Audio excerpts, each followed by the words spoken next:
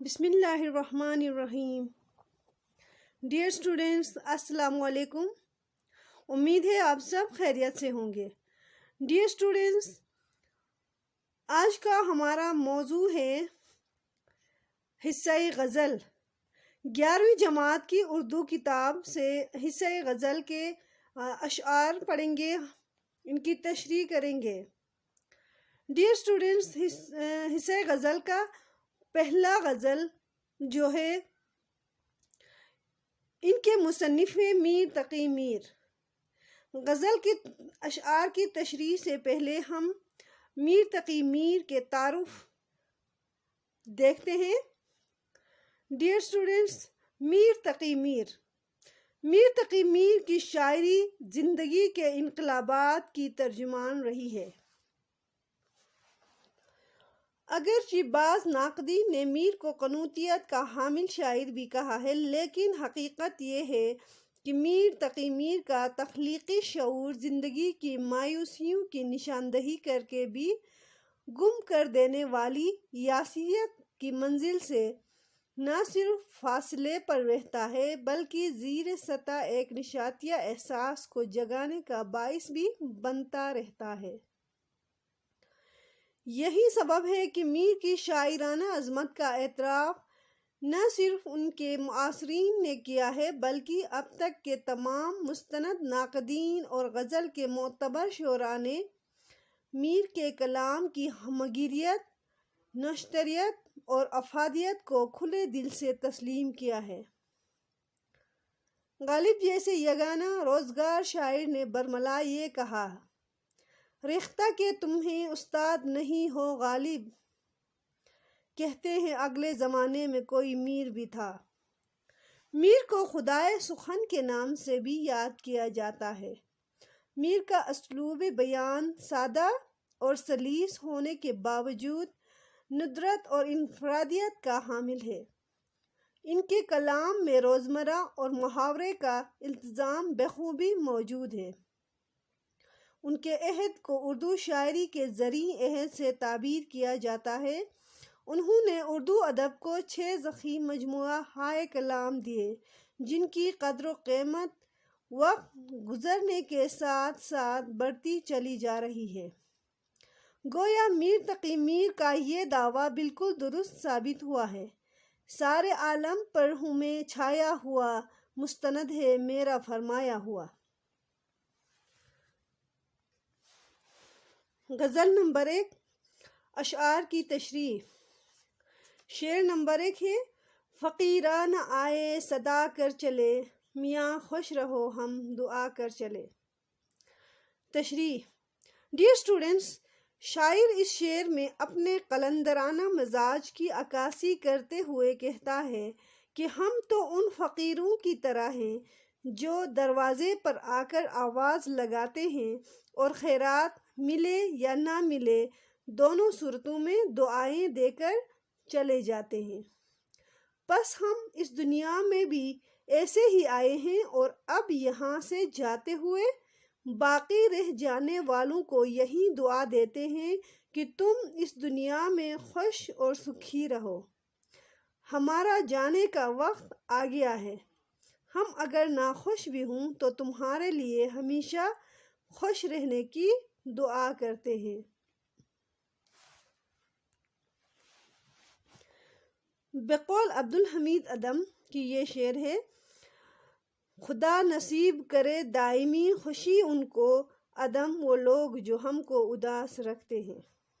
کیا بات ہے۔ شعر نمبر 2: وہ کیا چیز ہے جس کے لیے ہر ایک چیز سے دل اٹھا کر چلے۔ وہ کیا چیز ہے جس کے لیے ہر ایک چیز سے دل اٹھا کر چلے۔ اس کی تشریح کچھ یوں ہے۔ ڈیئر اسٹوڈینٹس، شاعر اس شعر میں افسوس کا اظہار کرتے ہوئے کہتا ہے کہ یہ عشق بھی عجیب جذبہ ہے جس کی خاطر میں نے دنیا کی ہر شے سے منہ موڑ لیا۔ انسان جب محبت کے جذبے کو دل میں بسا لیتا ہے تو پھر اسے اپنے محبوب کے مقابلے میں دنیا کی ہر نعمت ہیچ کمتر نظر آتی ہے۔ عاشق کے لیے اس کا محبوب ہی سب کچھ ہوتا ہے، جس کے لیے وہ ساری دنیا کو ٹھکرا دیتا ہے، مگر وہی محبوب جب بے رخی دکھاتا ہے تو پھر عاشق کے پاس سوائے افسوس کے کچھ نہیں رہتا۔ جیسا کہ میر خود ایک اور جگہ کہتے ہیں، سب سے بیگانگی کی جس کے لیے وہ نہیں ہم سے آشنا افسوس۔ تیسرا شعر ہے،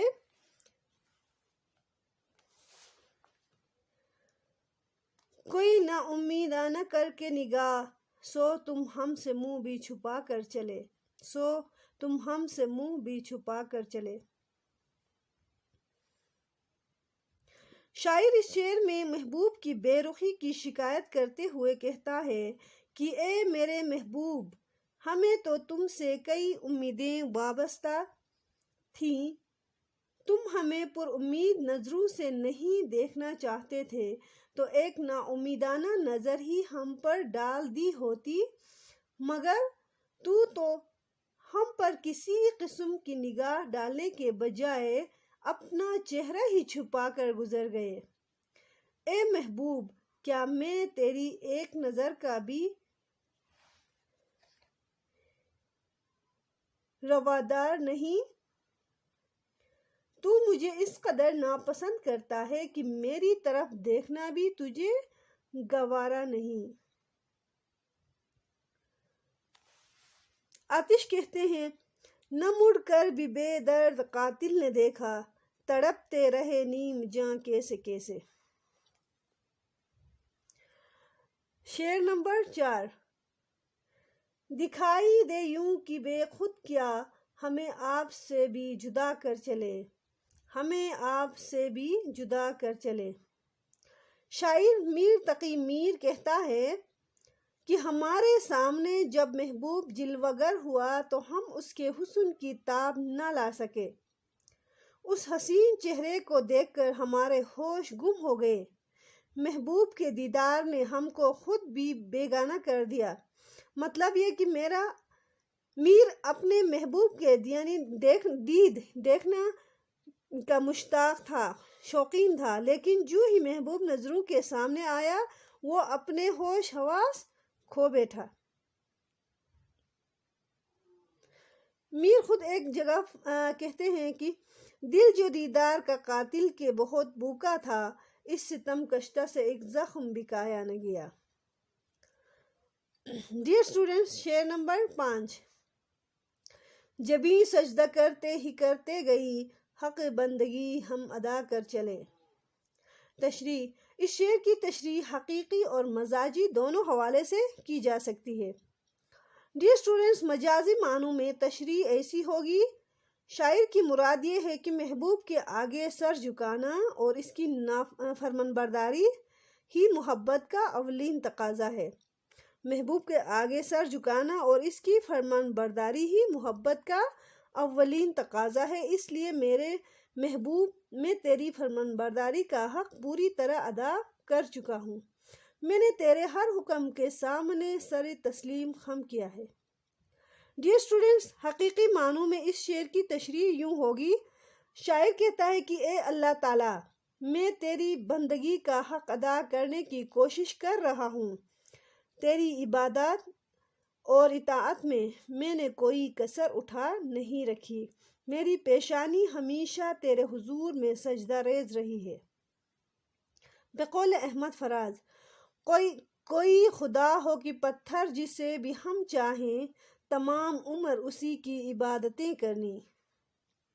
شعر نمبر 6، پرستش کی یہاں تک کہ اے بت تجھے نظر میں سمجھوں کہ خدا کر چلے۔ تشریح، شاعر اس شعر میں کہتا ہے کہ اے محبوب، میری ساری زندگی تیری رضا اور محبت کے حصول میں کوشاں رہا، تیری خوشی ہی میرے لیے دنیا کے ہر کام سے مقدم رہی، تجھے اس قدر چاہا کہ لوگوں کی نظروں میں تجھے خدا کا درجہ مل گیا۔ اتنی چاہت اور بندہ پروری تو انسان اپنے رب کی ہی کرتا ہے، مگر میں نے تیری خوشی اور رضامندی کو ہی اپنی بندگی بنائے رکھا، مگر افسوس کہ میری خدمت گزاری، جان سے بڑھ کر چاہت اور قربانیاں بھی تیری سنگ دلی ختم نہ کر سکی، تیرے دل میں میرے لیے نرم گوشہ پیدا نہ کر سکی۔ بقول رشید قیسرانی، پڑھتا تھا میں نماز سمجھ کر اسے رشید، پڑھتا تھا میں نماز سمجھ کر اسے رشید، پھر یوں ہوا کہ مجھ سے قضا ہو گیا وہ شخص، پھر یوں ہوا کہ مجھ سے قضا ہو گیا وہ شخص۔ شعر نمبر 7۔ کہیں کیا جو پوچھے کوئی ہم سے میر، جہاں میں تم آئے تھے گیا کیا کر چلے۔ تشریح۔ ڈیئر اسٹوڈینٹس، انسان کو اللہ تعالیٰ نے اپنی بندگی اور اطاعت کے لیے اس دنیا میں بھیجا ہے، مگر یہاں آ کر انسان دنیا کی رنگینیوں میں اس قدر ڈوب جاتا ہے کہ وہ دنیا میں اپنے بھیجے جانے کا مقصد ہی بھول جاتا ہے۔ شاعر کو بھی اس بات کا احساس ہے، اس لیے اس شعر میں کہتا ہے کہ اگر کوئی اس سے پوچھے کہ اے میر، تو نے اس دنیا میں آ کر کیا کام کیا، کیا تو نے وہ مقصد پورا کیا جس کے لیے تجھے بھیجا گیا تھا، یعنی اللہ تعالیٰ کی بندگی کا حق، تو کیا جواب دے گا؟ کیونکہ میں نے تو ایسا کوئی کام نہیں کیا جس سے میں اللہ تعالیٰ کے حضور